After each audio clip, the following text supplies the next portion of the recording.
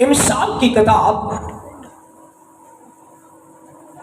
उसका 31वां बाब और इसकी 21वीं आयत।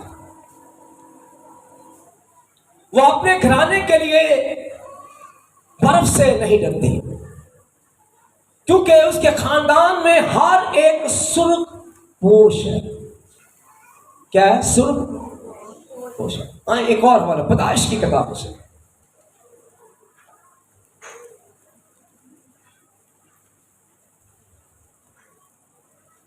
उसका दूसरा बाब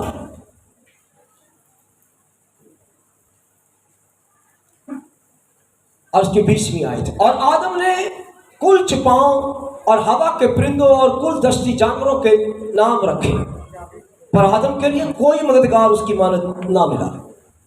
और खुदा ने आदम पर गहरी नींद भेजी और वह सो गया, और उसने उसकी पसलियों में से एक को निकाल लिया और उसकी जगह गोश्त भर दिया। खुदा उस पसली से जो उसने आदम में से निकाली थी एक बनाकर आदम के पास लाया। और आदम ने कहा, यह तो मेरी हड्डियों में से और मेरे गोश्त में से गोश्त है, इसलिए वो नारी कहलाई, क्योंकि वो नर से निकली। सब बोले आमीन। खुदा के पाक नाम के पढ़े और सुने जाने पर उसकी खास बरकत हो। सब कहें आमीन। आज हमारे बाइबल मुकद्दस में से मैंने 2 हवाले पढ़े, एक मिसाल की किताब और एक पैदाइश की किताब। बाइबल मुकद्दस के अंदर सुबह हमने कलाम खुदा से पढ़ा, मिसाल की किताब के 31वें बाब के अंदर के नेकोकार औरत है के खानदान के अंदर हर एक जो है सुर्खपोश है। कलाम खुदा के अंदर यानी उसके खानदान के अंदर हर एक शख्स,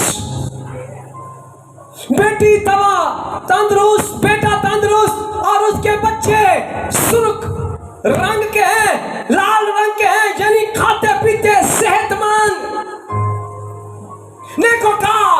और जब आपके खानदान के अंदर रहती है, बीवी खुदा की तरफ से गिफ्ट है, ये एक मददगार है। आसमान का खुदा कहता है, अब्राहम इसकी बाबत कुछ और बात करता है, इसहाक बीवी की बाबत कुछ और बात करता है। खुदा आसमान से कहता है, खुदा ने आदम को लिया और सब जानवरों के नाम रखे। उसने कहा, खुदावन इसका नाम शेर है, इसका नाम एलिफेंट है, इसका नाम लायन है, ये रीछ है, ये कबूतर है, ये फाख्ता है, सबके नाम रखे। जब नाम रखे तो खुदा ने आसमान से देखा कि आदम का कोई मददगार नहीं है। अब देखे क्या लगा, हेल्पर, कोई मददगार नहीं है, ये अकेला है। तब खुदा ने उसके ऊपर गहरी नींद भेजी, गहरी नींद भेजी, और खुदा ने उसकी पसली निकाली और उसकी जगह पर गोश्त भर दिया। और आदम के पास लाकर खुदा ने उसे खड़ा किया और उसे कहा, ये तेरा मददगार है। अब बीवी एक नेकोकार औरत जो है, अपने खामुन की एक मददगार है, ये ताज है। और दूसरा इसका लक़ब आज मैं देने जा रहा हूं, ये मददगार है। और खुदा ने आदम को जब ये कहा, और उसने देखते ही उसे कहा, ये मेरी हड्डी में से हड्डी है और मेरे गोश्त में से गोश्त है। अब ये निकली कहां से है? ये आदम है और ये हवा है। इसकी पसली में से ये खुदा ने इसे निकाला है और इस जगह पर गोश्त भर दिया। और गोश्त भरने के बाद खुदा इसे लेके आया आदम के हड्डी में से हड्डी, मेरे गोश्त में से गोश्त है। ये मेरा मददगार है। खुदा ने इन्हें बरकत दी। और कलाम खुदा के अंदर लिखा है, जब अब्राहम बूढ़ा हो गया और इसहाक जवान हुआ तो उसने दुआ करना शुरू की, उसने प्रेयर करना शुरू की। अब्राहम की जिंदगी के अंदर ये मुकाशवा था कि नेकोकार बहू जो है, नेकोकार जो औरत है, वो दुआ के वसीला से मिलती है। खुदा क्या है, इसे आदम के पास लेकर आए एक मददगार के तौर पर, और इसहाक की बीवी को तलाश करने के लिए अब्राहम ने दुआ की। क्या खुदावन, अब्राहम दुआ कर रहा है, कहता है खुदावन मैं अपने बेटे इसहाक को सोना दे सकता हूं, चांदी दे सकता हूं, लेकिन अच्छी बीवी नहीं दे सकता। अच्छी बीवी तू दे सकता है, तू जो आसमान पर बैठा है। मेरे बेटे इसहाक के लिए मेरे आदम की तरह बीवी इसका मददगार ठीक होना चाहिए। कौन दुआ कर रहा है?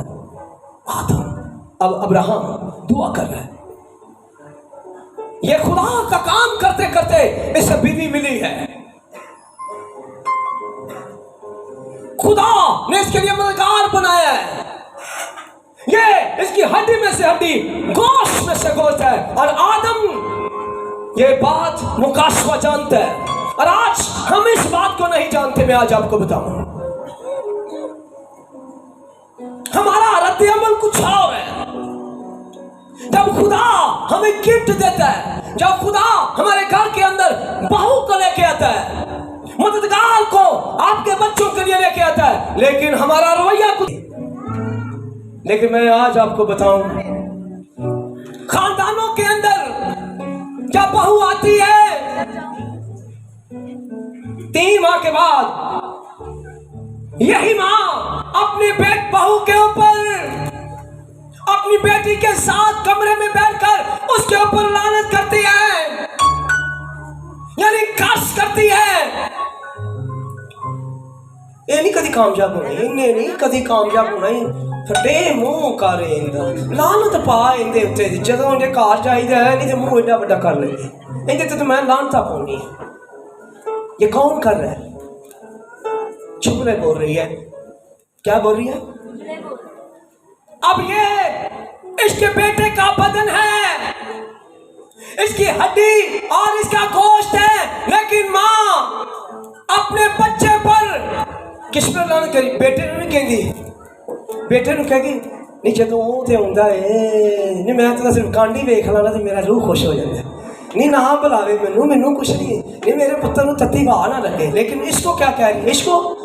इसके ऊपर लानत कर रही है, कर्ज कर रही है, हर तरह का नेगेटिव जुमला बोल रही है। मैं आज आपको बताना चाहता हूं, आपके मुंह से निकला हुआ जुमला, आपके मुंह से निकला हुआ जुमला जो है तलवार की तरह है। और ये मैं बताऊं, अगर तलवार किसी को मार दी जाए और तलवार का जख्म भर जाता है, 2 माह 3 माह के 4 माह के बाद टांके लगेंगे, डॉक्टर टांके लगाएगा और वो जख्म भर जाएगा। लेकिन मुंह की तलवार का जो जुमला है ये चलता है खानदानों के अंदर, नस्ल ब नस्ल चलता है। और आज मैं आपको बताऊं, बहुत से लोग हैं, बहुत से खानदान हैं, वो कहते हैं नेकोकार बेटी मिले, नेकोकार बहू मिले, आ भी जाए, लेकिन सास जो है और ससुर जो है और बेटे की बहनें जो है, इस बच्ची के ऊपर जब लानत करेंगे तो क्या इसका जिस्म बीमार नहीं होगा? बीमार हो जाता है। रिबका कि जब शादी हुई, जब उसको भेजने लगे तो रिबका के भाइयों ने कहा, जुमला सुने, तू कौमों की मां बने। और अब्राहम की बहू जो थी वो कौमों की मां बनी, क्योंकि जुमला क्या बरकत दी गई। उसके भाइयों ने कहा, लाबन ने कहा तू कौमों की मां बने, और वो जुमला पूरा हुआ।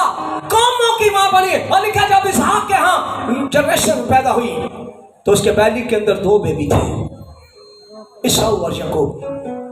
पीछे बरकत किसने दी है? भाई ने। तो क्या कहा था, तू क्या बने? कबीलों की कि कौमों की? कौमों की मां बने। ये बरकत चलती है, आपके मुंह से निकला हुआ एक एक जुमला जो है वो पूरा होता है। अगर आप अपनी बहू के ऊपर लानत करते हो, आप अपनी बहू को बुरा भला कहते हो, तो इश्क के रहम से आने वाली जनरेशन जो है वो बीमार पैदा होगी। बच्चों की आंखें टेढ़ी होंगी, बच्चों की आंखों की रोशनी कम होगी, आपके बच्चे का कलर जो है वो हर तरह का जो है, क्या इसको कहते हैं, दिल के बाल बंद होंगे, दिल के अंदर सराख होगा। लानत किसने की हुई है?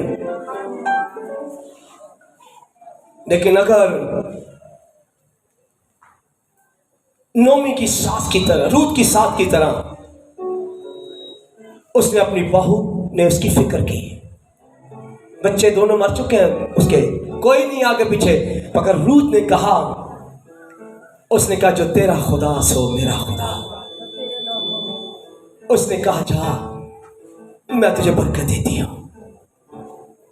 और लिखा उसमें से मसाया पैदा हुआ। सास की दुआ, ससुर की दुआ, खानदानी दुआ बहू के ऊपर नस्लों को तब्दील करती है, और नस्लों के अंदर बादशाह पैदा होते हैं, नस्लों के अंदर दाऊद जैसा पैदा होता है। और लिखा है रूत से कौन पैदा हुआ?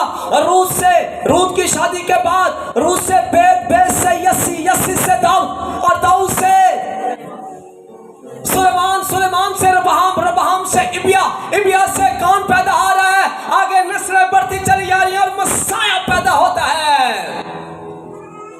लेकिन अगर आपने अपनी खानदान के ऊपर, और रूत के बच्चे सारे टेढ़े मेढ़े, लिखा है जब सैमुएल मिलने गया तो क्या यस्सी के घर जाता है, उसके 6 बेटे आते हैं, बड़े कादावर हैं, नहीं टिड्डे टिड्डे मोड़े मोड़े, जिनके बच्चों के ऊपर लानते होती हैं उनके बच्चे भी इतने होते हैं टिड्डे टिड्डे, ते रंग फटके, ते गंद पैदा हो। तो मैं आज आपको बताऊं, अपने लफ्जों को कंट्रोल करो, अपने लफ्जों के ऊपर जंग करो।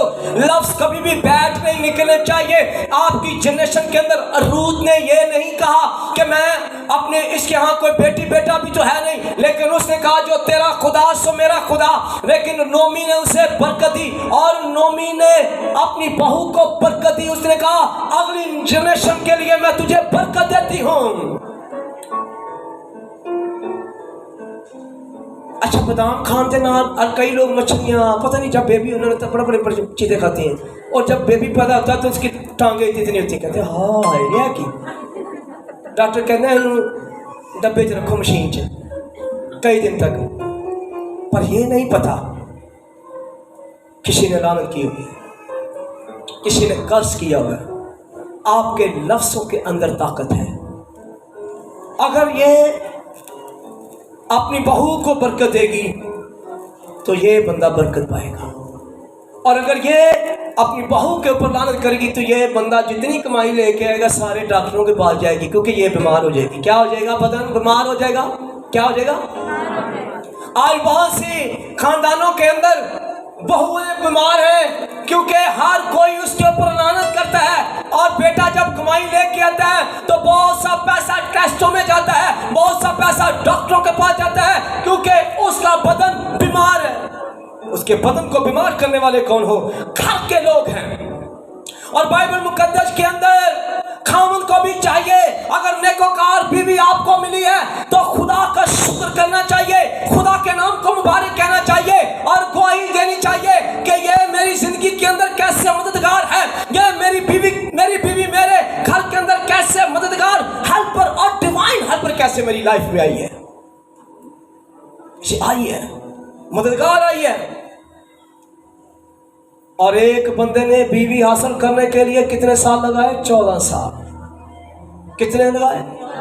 उन्हें क्या डिवाइन हेल्पर खुदा करने लगा, बीवी लेनी तो 14 साल उन्हें भेड़ा चारण चलाते, उन्हें क्या ऐ बीवी लेनी है। 7 साल एक वास्ते चारे उन्हें भेड़ा किसे नहीं चलाई, लेकिन मामू ने धोखा किया, उसने कहा नहीं, और उसको 14 साल ऐसे लगे जैसे हफ्ता है।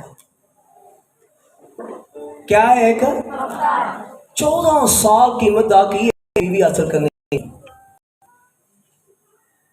और 14 साल के बाद 6-7 साल और साथ उसके रही। और जब याकूब अपने मामू लाबन से घर से निकला तो पीछे मामू लाबन आया और उसने कहा, तेरी फैमिली में से कोई मेरी घर की मेरे छोटे से बुत को ले आया है। उसने कहा, मामू नहीं नहीं नहीं, नहीं।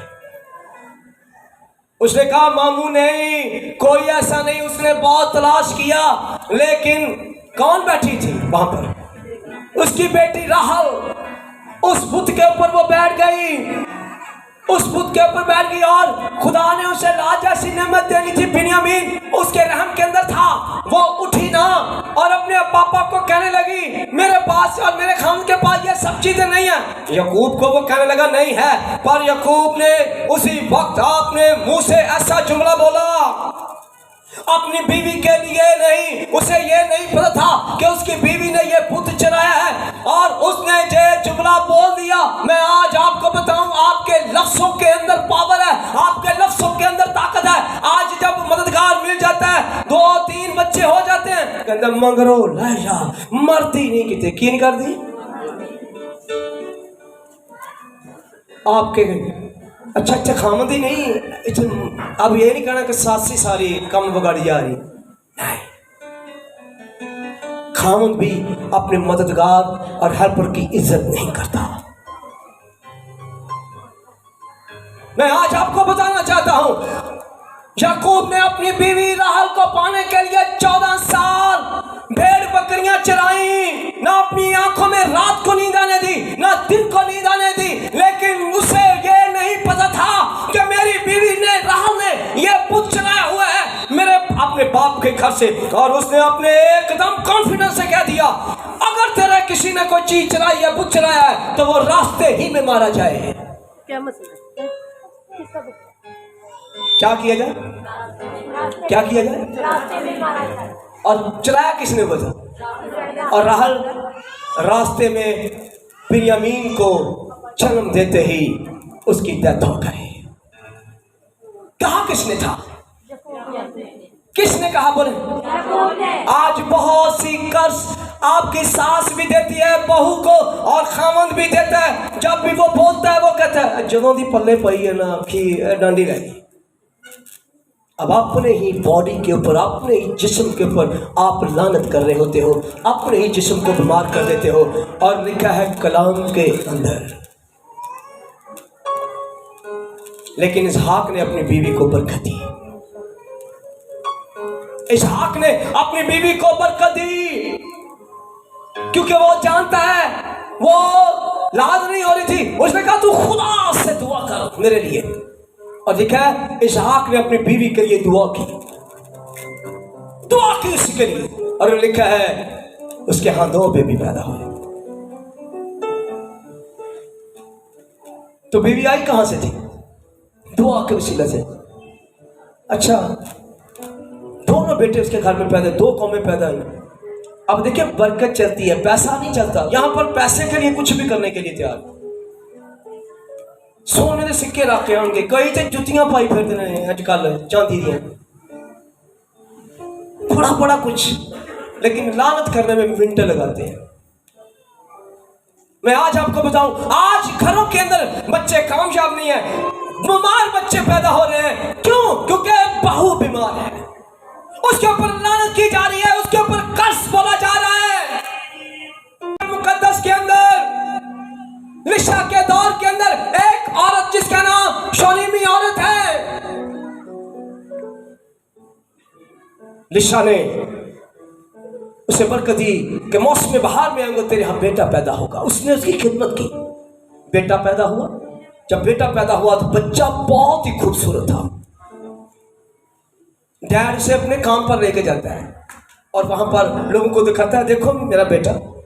लेकिन जैसे ही दिखाता है, गर्मी की शिद्दत बच्चा बर्दाश्त न कर पाया, सन स्ट्रोक की गर्मी की वजह से वो बच्चे को हेड पेन हुई और बच्चा मर गया। जब अपनी माँ के पास आया, बच्चा मर गया। माँ ने पूरी तफ्सीश जब करी तो देखें बच्चा मर गया। उसने कमरे के अंदर डाल दिया, कमरे के अंदर जहां पर मर्द खुदा लिशा लेटता था, उस कमरे के अंदर डाल दिया, कुंडी लगाई, ना रोई है ना चलाई है। माँ का ईमान देखे, माँ का ईमान ये है, वो जानती है कि ये लाद मैंने खुदा से लिए, मेरा खानदान अगर बड़ा है तो ये दुआ के वसीला से बड़ा है। उसने कहा ये कैसे मुमकिन है कि मैंने ये लाद मांगी नहीं थी, बल्कि मर्द खुदा लिशा की दुआ के वसीला से पैदा हुई है। और ये ईमान देखे, जब बच्चा उसका मर गया, उसका लाल बच्चा, लाल पूछ बच्चा था, बड़ा खूबसूरत, खेलने में हर चीज में बड़ा खूबसूरत था, लेकिन बच्चा मर गया। वो रोने लगी। क्या रोने लगी? देखा उसने रोई नहीं, बल्कि उठी।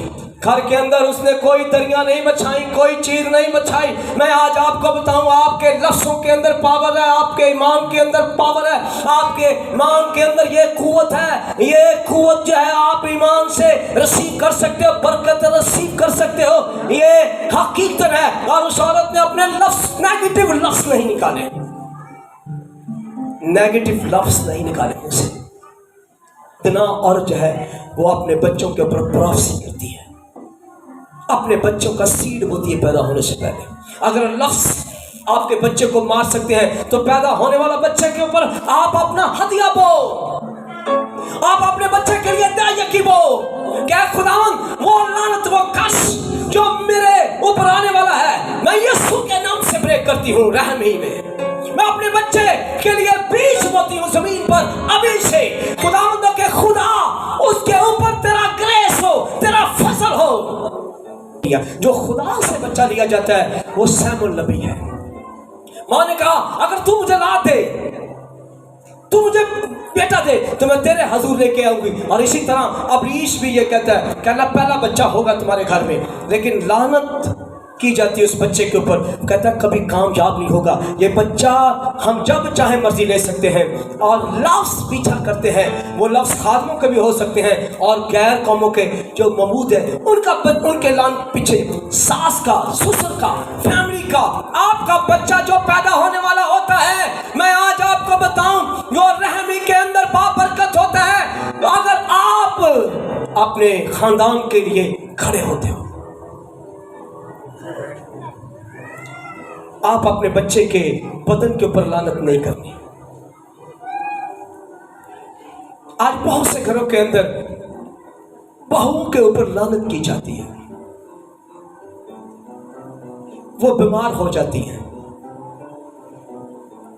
वो बीमार हो जाती हैं, बड़े ऑपरेशन से बच्चे हो जाते हैं, नॉर्मल डिलीवरी नहीं होती, डीमंस उनका पीछा करती है, तरीके की कुत्तें उन्हें जब उनके घर लाद होने वाली होती है तो बुरी रूहें उन्हें तंग करती हैं, लफ्ज पीछा करते हैं।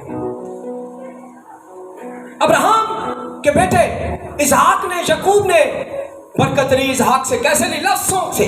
उसने कहा खुदा तुझे बरकत दे, आसमान की और जमीन की फल भी, और लाद खुदा की तरफ से नेमत है। इस नेमत को रिसीव करने के लिए अपने लफ्जों पर गौर करो। अपनी फैमिली के अंदर अगर आपने बहू ले आए हो तो फिर हौसला भी बड़ा करो ना। आपके बच्चे बीमार हैं, आपके पोतियां पोते बीमार हैं, बीमारी की वजह है कि आपने अपने खानदान के अंदर उन बहू के पालन की हो। अंदर बैठ के चुगली नहीं होती है, मैं चुगली नहीं करता, जल्दी नहीं कामयाब, इसे कामयाब कर नहीं सकती। पढ़ा रहे खर्च कर रही इनू मैं नहीं गौर पादे नहीं कुछ ये नहीं जिद्दी बड़ी है। इनके बच्चे कर किसके साथ रही बात? अपनी बेटी के साथ। अच्छा ये कर्ज है। अब हवा के अंदर ये जुमले जाते हैं और उड़कर आपकी बहू के ऊपर जाकर ठहर जाते हैं, आपके पोतियों पोते के ऊपर ठहर जाती हैं। आज लोग कहते हैं मेरे बच्चे कामयाब नहीं। मेरी कामयाबी की यह वजह है कि आपने रहम के अंदर, जब आपकी बहू 3-4 माह के बाद आपकी बहू को आपके साथ बनी नहीं, तो आपने अपनी बहू के ऊपर, आपके बच्चे के, आपके हस्बैंड जो उसका हस्बैंड है, उसकी मिसेज के ऊपर आपने कर्ज किया, लानत की है।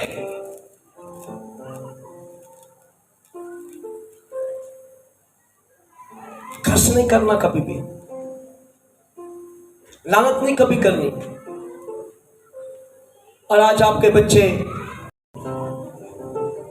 किसी की आंखें डूंगी हैं, वो कहती है घर चुन्ने बच्चे होने। मैं तेन सच्ची गल दसा, वो होंगे चुन्ना नहीं, इनके घर फीने, इनका अपना नक फीना जाए तो वेखी बच्चे भी फीने ही होने, वो फीने ही होंगे। क्यों? क्योंकि दादी ने कर्ज कर दी। क्योंकि आप अपने खानदान के ऊपर, अपनी ही बहू के ऊपर लानते कर रहे थे हो। अगर दरख्त की जड़ें ही खराब होंगी तो क्या फल अच्छा देगा? अच्छा, गोटी नहीं चंगी तरीके ना की हुई तो क्या वो फल देगा? ये गोटी है आपके लफ्ज़, आपकी फैमिली के अंदर, और आपके बच्चे जो पैदा होते हैं। और लेकिन तना औरत जो है, तना खानदान जो है, वो अपने ही फैमिली के दरख्त को गोटी देते हैं और इनकर्ज करते हैं। और आन यहूदी लोग जो हैं वो अपने बच्चों के ऊपर, अपनी बेटियों के ऊपर, अपनी बहू के ऊपर कर्ज नहीं करते, लानत नहीं करते। वो कहते हैं कि लानत करेंगे तो ये आने वाली जो हमारी नस्ल है वो बर्बाद हो जाएगी। एक ताकतवर एक खानदान को बनाने के लिए एक औरत को बरकत देना बहुत जरूरी है। बिना औरत जो है, ये भी नहीं है कि हाँ अपने आप कहना है कि सास गलत है, ससुर गलत है, ये सब गलत है, बल्कि ये आपने बरकत लेने के लिए बिना औरत जो है वो क्या करती है? वो रात को उठ खड़ी होती है, वो रात को अपने काम मुकम्मल करती है, वो अपने खानदान पर नजर रखती है, हर चीज के ऊपर नजर रखती है कि मैं बरकत की वारिस बनूं, ना के लानत का सबब बनूं। फिक्र करती है। अगर रूत ने बरकत पाई है ना, तो लिखा है वो एक दिन खेत में काम करने के लिए गई और वहां पर उसे रोटी और 2 रोटियां और सालन दिया गया, वेजिटेबल दी गई कि ये बेटी तू काम करके आई है। खेत के अंदर मजदूरों को खाना दिया गया। ऐसे बरकतें नहीं मिलती। आज लोग सास की इज्जत करते नहीं है। मैंने जब भी देखा बुकतोई ऐबजोई, हर चीज मैंने मुंह से सुनी है और हर तरह की ऐबजोई मैंने सुनी है। किसी की सास है ही नहीं चंगी। कोई है किसी की सास नहीं? मैं जो तो गई नहीं, मैं तो है वेख्या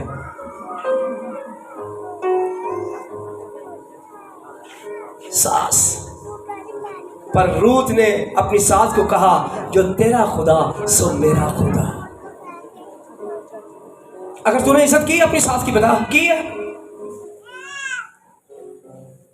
लफ्जों के अंदर बरकत होती है, लफ्जों के अंदर लानत होती है। अगर आपने अपनी बहू के ऊपर लानत की तो आपके आने वाली नस्ल, आपके आने वाले बच्चे बीमार पैदा होंगे। वो आप लोगों को लड्डू खिलाते होंगे, मुबारकबादी तो देते होंगे, लेकिन जैसे जैसे आपके बच्चे बढ़ेंगे बीमार होंगे। आपके बच्चे जिस काम में हाथ डालेंगे नाकामी होगी। आपके बच्चे पढ़ लिख नहीं सकेंगे। आपके बच्चे जो है हर वक्त उनका सर दर्द होता रहता है, उनकी बैली दर्द होती रहती है, उनके प्रॉब्लम नई से नई क्रिएट होती रहती है, क्योंकि पीछे लानत होती है। क्या होती है? लानत होती। कभी भी आपने लानत नहीं। और लिखा है शर्मीली औरत ने अपने खुदा के को जानती थी और लिखा उसने अपना बेटा रखा पीछे अपने कमरे में मरते खुदा ने शक है, लेकिन रोई नहीं, क्योंकि वो जानती है कि अगर मैं रोना शुरू हो गई, लफ्ज़ों के अंदर पावर है। और लिखा है वो मरते खुदा ने शक के पास जा रही है, तो रास्ते में उसका खामद उसे देखता है तो कहता है क्या तू खैरियत से है? तेरा बेटा खैरियत से है? तो उसने कहा सब कुछ खैरियत से है, क्योंकि वो जानती है मैं माँ हूँ। अगर मैं कह दूंगी कि मेरा बेटा मर गया तो सब रोएंगे चलाएंगे। उसने अपने ईमान को नीचे नहीं गिरने दिया, अपने ईमान को मजबूत रखा। आज बहुत सी माएं हैं जिनके बच्चे बीमारी के अंदर जिंदा है, लेकिन उन्हें साल को कहती है मर जा मर जा मर जा। और एक दिन ऐसा ही होगा, ये लफ्ज जो है पीछा करेगा और वो जरूर मरेगा। लेकिन इस मां में बच्चे मरे को कह रही है नहीं, मैं जाऊंगी अपने मरते खुदा के पास। और क्या लिखा है? उसके खामद ने कहा तू खैरियत से है, तेरा बेटा खैरियत से है। तो उसने रोकर ये नहीं कहा कि तेरे पास जो मैंने बेटा भेजा था वो मर गया, लेकिन उसने कहा सब कुछ खैरियत से है। लफ्ज खुदा से है, लफ्जों को खुदा देखता है। और लिखा है खुदा देख रहा था इसका बेटा मर गया, तब ये ईमान के साथ खड़ी है। जब उसने फिर देखा, दूसरी दफा देखा, उसके खामद को देखा, तब उसने मुस्बत लफ्ज बोले। आप अपने खानदान के लिए मुस्बत लफ्ज़ बोले, अपनी बेटी के लिए मुस्बत लफ्ज़ बोले, बच्चे के लिए मुस्बत लफ्ज़ बोले। अभी आप बच्चा है, बच्चे के लिए गलत लफ्ज़ मत बोले। और देखा जब तीसरी दफा मर्द खुदा लिशा के पास जाकर बोली तो उसने कहा जा जहाजी पूछ, क्या तू खैरियत से है, तेरा बेटा तेरा खान खैरियत से है? वो दूर से कहने लगी सब कुछ खैरियत से है, लेकिन मुंह से लफ्ज गलत नहीं निकाल रही। और आसमान का खुदा लफ्जों को देखता है। और उसने मर्द खुदा लिशा को कहा देख मेरी बेटी आ रही है, इसके मुंह के अंदर लफ्ज है, ये मुस्बत बोलती है। और आज लोगों की जिंदगी के अंदर मुस्बत लफ्ज नहीं है। नेकोकार औरत है वो, जो दना औरत है वो अपने लफ्जों पे गौर करती है, वो कभी नेगेटिव लफ्ज नहीं बोलती। खा वो बहन की सूरत में, बीवी की सूरत में, चाची की सूरत में, माँ की सूरत में, फुफ्फो की सूरत में, वो नेगेटिव लफ्ज नहीं बोलती। आज हर कोई नेगेटिव लफ्ज बोलता है, हर कोई नेगेटिव लफ्ज बोल रहा है अपने बच्चों के ऊपर, आने वाली नस्ल के ऊपर नेगेटिव लफ्ज बोलता है। काश मैं आज आपको बताऊं, आपके बच्चे आपके घर के अंदर देखो कि उसके ऊपर कहीं लानत तो नहीं है। आप भी बोले मुस्बत जुमले बोले। और देखा शानीमी औरत ने मर्द खुदा लिशा के पास जाकर कहा, उसने कहा वाह, खुदा ने कहा ये ले, ये है मेरी बेटी शानीमी, जा उठ, मैंने इसके मुंह के लफ्जों को देखा है, इसने कर्ज नहीं किया, इसने लानत नहीं की। और इसने क्या बोला, सब खैरियत से है। आज हमारे घर के अंदर हालात कैसे भी क्यों ना हो, ये कहे सब खैरियत से है, मेरा बेटा खैरियत से है, मेरी बेटी खैरियत से है। आप उठते ही अपने बच्चों को बरकत दे। आज कोई ऐसा खानदान नहीं है, जो मैंने देखा यकूब को खानदान के अंदर, इसहाक के खानदान के अंदर दोनों मियां बीवी हैं, लेकिन क्या कर रहे हैं, दोनों मियां बीवी देख रहे हैं, उनके 2 बच्चे हैं, लेकिन लानत और क्या किस पे लड़ रहे हैं, बरकत के ऊपर। एक औरत अपने ऊपर लानत लेने के लिए खड़ी अपने बच्चों के लिए। उसने कहा माँ, अगर मेरे बाप ने यकूब ने मेरे ऊपर लानत कर दी, तो उसने कहा तेरी लानत मुझ पर है। माँ लानत लेने के लिए खड़ी है। और यहां माँ खुद लानते दे रही होती है, इन्हें नहीं है कि बच सकता। और एक मां के घर में गया तो मैंने पता कहती भाई जी है ते मुंडा शैतान जे। मैं भाजी की चक्कर है, शैतान की टूटी दूजा लफ्ज। मैं कहा फिर ए खोता है तीसरा लकब, फिर ए ऊंट है, मैं फिर ए हाथी भी है, पानी बड़ा पीता है। इतने बच्चे को लकब दे दिए मां ने, इतने लकब बोल दिए मां ने। प्लीज अपने लफ्जों के ऊपर गौर करो। बोलने से पहले सोचो कि मैं बोल क्या रही हूं। सब बोले आमीन। नेकोकार औरत जो है वो खुदा से डरती है। पहले क्या लिखा मैंने, वो खुदा से डरती है। और दना औरत जो है उसके बच्चे सुखपोश है।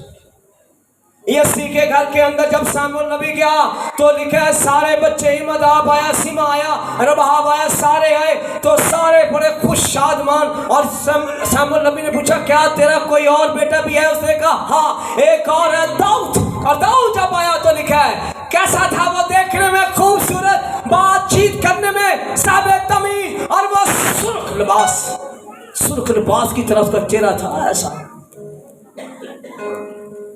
क्योंकि यसी के घर के अंदर क्या थी और किसकी वजह से थी? दाऊद की। रूत दादी, रूत जो क्या लगती थी दाऊद की परदादी क्या थी? इतनी लंबी बरकत आ रही है। अगो परदादी का पोता वे कह लाल पेंजू, लाल पेंजू, एडा खूबसूरत, एडा प्यारा। देख के सामुएल नबी भी कहने लगा खुदावंद तेरा नाम मुबारक है। साबे तमीज, इतना जबरदस्त और गैरतमंद था। गैरत नहीं है, मैं आज आपको बताऊं, रूहानी गैरत को नहीं, रूहानी गैरत का जोश को नहीं है। जो मर्जी कोई कही जाए, हंस के कही जाएंगे आप ही तेन खुदा पूछेगा, जाती जरूरत नहीं देंगे दाऊद ने तो ये कहा था खुदा तुझे पूछेगा, उसने कहा तेरी हिम्मत कैसे पड़ी, तूने जिंदा खुदा के फौजों को ललकारा है, तूने जिंदा खुदा को ललकारा है। खुदा ऐसे लोगों का चुनाव करता है, ऐसे लोगों को जंग के लिए बुलाता है जिनके अंदर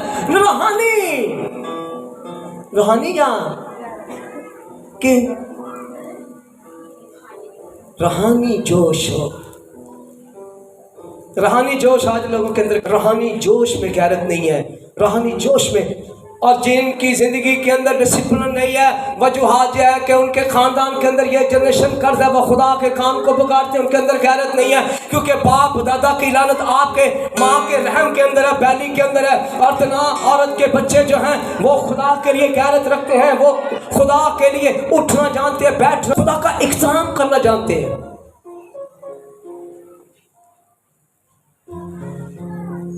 वजूहात यह है कि हमारे अंदर रूहानी जो औरत होती है वो अपने बच्चों के अंदर रूहानी जोश पैदा करती है, रूहानी एक्टिविटी पैदा करती है। वो कहती नहीं बेटा, अदब से बैठना। याकूब ने अपनी बीवी के ऊपर एक ही कर्ज किया और उसकी बीवी मर गई, और खामद को भी चाहिए कि कभी भी अपनी बीवी के ऊपर लानत ना करे। तो कई तो हमें कही जाएंगे फटे मुंह तेरा, कई कहते नहीं बाजी कहते ना, खड़ी बता सच्ची कहते, वैसे दुनिया सुनिया ना कहते फटे मुंह तेरा आती है। फटे मुंह का मतलब होता है काले रंग की डस्ट तेरे ते पैर। अब ये लानत डाल दी है, ऐसा नहीं है। आपने जब भी बोलना है मुस्बत जुमले बोलने हैं, सोच के बोलो, हिकमत से बोलो, दनाई से बोलो। खुदा आप सबको बरकत दे।